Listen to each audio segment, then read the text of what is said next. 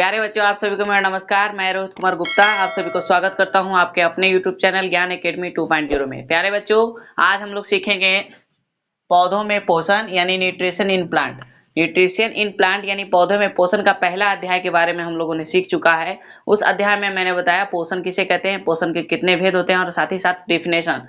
अब इस अध्याय में हम लोग जानकारी प्राप्त करेंगे अस्टोमाटा के बारे में। अस्टोमाटा होता क्या है, अस्टोमाटा किसे कहते हैं और कैसे पहचानना है, अस्टोमाटा के कौन कौन से भाग को क्या कहते हैं, क्या एपिडर्मिस होता है, क्या रक्षी कोशिकाएं होती है और क्या अस्टोमाटा होता है। चलिए इसके आगे जानेंगे कि परजीवी पोषण के निम्नलिखित प्रकार होते हैं, जैसे मृतजीवी पोषण, परजीवी पोषण, इसके अलावा कीटहारी और कलश पौधा। हम लोग जानेंगे बारीकी ढंग से। चलिए वीडियो को शुरू करते हैं। सबसे पहले आता है अस्टोमाटा। अस्टोमाटा के डेफिनेशन में लिखना है प्यारे बच्चों, अस्टोमाटा विक्र की आकार वाली दो रक्षी कोशिकाओं से घिरी होती है।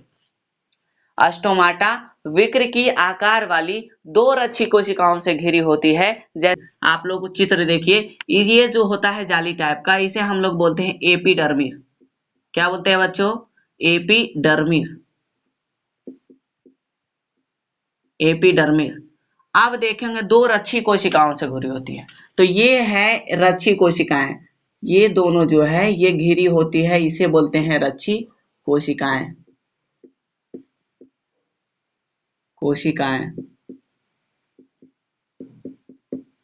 ये है रक्षी कोशिकाएं और दो रक्षी कोशिकाओं से घिरी होती है, यानी इसके बीच में जो छेद है, ये रक्षी कोशिकाओं के बीच में जो खाली स्थान है, ये खाली स्थान है, ये खाली स्थान, ये खाली स्थान है, यानी जो छेद है इसी को बोलते हैं मेरे भाई अस्टोमाटा। क्या बोलते हैं? अस्टोमाटा। प्रकाश संश्लेषण में सूर्य का प्रकाश आवश्यक है। प्रयोग विधि द्वारा दर्शाएं। में लिखना है कि इस विधि को दर्शाने के लिए एक बंद कमरा लेना है जहां प्रकाश की रोशनी प्रवेश ना कर सके। उस बंद कमरे में एक पौधा को रखना है और पिछले 2 दिनों तक रखना है। 2 दिन को एक और पौधा लेना है, उस पौधे को प्रकाश की अपेक्षा में रखना है और उसे भी 2 दिनों तक रखना है। 2 दिन बाद जब आप देखेंगे तो प्रकाश के अपेक्षा मौजूद पौधे जो मौजूद है उसमें कहीं ना कहीं कोई प्रकार की दिक्कत परेशानी नहीं आया है और वो अच्छा से ग्रोथ किया है, उसमें नई नई कली खिल चुकी होगी। लेकिन जैसे ही आप बंद कमरे में रखे पौधे को निकालेंगे तो उसमें आप देख पाएंगे कि क्या उसमें वो पत्ती, उसके पौधे की पत्ती हमेशा की तरह मुरझा चुका है। इससे ये साफ पता चलता है कि प्रकाश संश्लेषण में प्रकाश का होना अति आवश्यक है। मेरे भाई, आप ये यूं समझ लीजिए कि प्रकाश का होना अति आवश्यक इसलिए भी है क्योंकि जब तक प्रकाश है तब तक हमारे धरती पे, हमारी पृथ्वी पे पेड़ पौधा है, क्योंकि पेड़ पौधे से ही हम लोग जीवित हैं। अगर पेड़ पौधा इस जीवन पे, इस पृथ्वी पे, इस संसार से खत्म हो जाएगी तो हमारा जीवन भी नष्ट हो जाएगा। क्योंकि जो भी खाद्य पदार्थ होता है, ये भोजन, चावल, दाल, गेहूं, वो पौधे से ही आता है और पौधा तब जीवित रहेगा जब उसे सूर्य की प्रकाश मिलती रहेगी। आगे जानेंगे हम लोग कि परजीवी पौधे में निम्नलिखित प्रकार के पोषण होते हैं। नंबर 1 परजीवी पोषण, नंबर 2 मृतजीवी पोषण, नंबर 3 कीटहारी पोषण, नंबर 4 सहजीवी पोषण। बारी बारी से जानेंगे कि परजीवी पोषण किसे कहते हैं। इस प्रकार के पोषण में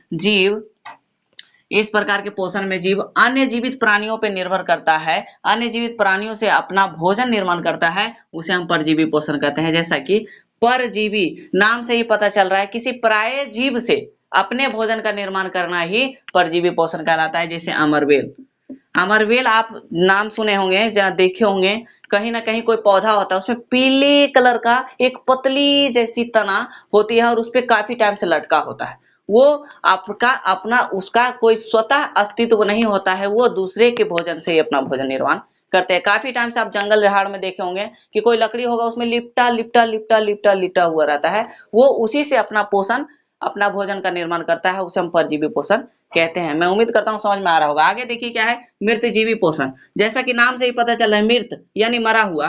कवकों में क्लोरोफिल नहीं होने के कारण, लिखना है कवकों में क्लोरोफिल नहीं होने के कारण स्वतः भोजन बनाने की क्षमता प्रदान नहीं हो पाती है। इसलिए कवक के सड़े गले पौधे तथा मृत जंतुओं के सड़े गले शरीर से भोजन का अवशोषित करते हैं। समझिए, मृतजीवी पोषण इस प्रकार के पोषण में क्लोरोफिल नहीं होने के कारण स्वतः भोजन निर्माण करने की क्षमता प्रदान नहीं हो पाती है, इसलिए यह सड़े गले पौधे तथा सड़े गले जीव जंतुओं के शरीर से अपना भोजन का निर्माण करते हैं, अपने भोजन को पोषण को अवशोषित करते हैं। जैसे आप लोग लिखे ना फफूंद, कुकुरमुत्ता और मशरूम, ये उदाहरण है। फफूंद देखे होंगे जो कुछ दिनों से काफी टाइम से रखा हुआ पाव रोटी है, उस पे सफेद सफेद सफेद सफेद सफेद कलर का एक झिल्ली टाइप का पड़ जाता है। जब उसे माइक्रोस्कोप से देखेंगे तब उसे पता चलेगा ये सिर्फ फफूंद है।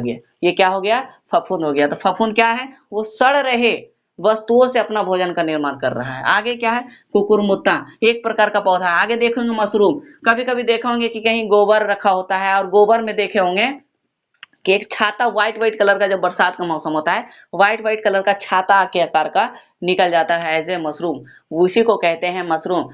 कुछ प्रकार के मशरूम होते हैं जो खाने योग्य होते हैं, कुछ प्रकार के मशरूम जो होते हैं खाने योग्य नहीं होते हैं। जैसे आप लोग मार्केट में देखे होंगे एक पैकेट में पैकेजिंग करके रखा होता है, उसे मशरूम बोलते हैं। और आगे जानिए कि मशरूम कभी कभी गोबर में निकलता है, कभी कभी देखे होंगे काफी टाइम से सड़ रहे बरसात में लकड़ी में भी निकल जाता है। आगे जानेंगे कि कीटहारी किसे कहते हैं। वैसे जीव जो कीटों को भोजन के रूप में ग्रहण करते हैं कीटहारी पौधे कहलाते हैं। जैसे पर्णघटी, कलश पौधा, निपैंथीज। अब जानना है वैसे वैसे जीव जो भोजन के रूप में कीटों को ग्रहण करते हैं उसे कीटहारी पौधा कहते हैं। यह एक कलश के आकार का पौधा है। जैसे ही इसमें कीट प्रवेश करता है तो इसका मुख्य द्वार ऑटोमेटिक बंद हो जाता है और मुख्य द्वार से जब बंद होने के बाद वो कीट पूर्ण तरीका से वो घिर जाता है, भोजन के रूप में अंदर आ जाता है। तभी उसी शरीर से पाचक रस निकलना, स्रावित होना चालू हो जाता है और उसी से वो कीट को अपने भोजन के रूप में ग्रहण कर लेता है। अब जानना है सहजीवी पोषण। इस प्रकार के पोषण में दो जीव पोषण के लिए एक दूसरे पे आश्रित होते हैं। इस प्रकार के पोषण में दो जीव भोजन के लिए या फिर पोषण के लिए एक दूसरे पे आश्रित होते हैं, उसे सहजीवी पोषण कहते हैं। जैसा कि नाम से ही पता चल रहा है, सहजीवी पोषण। जैसे जानेंगे सहजीवी पोषण में सहजीवी शैवाल और मृतजीवी कवक।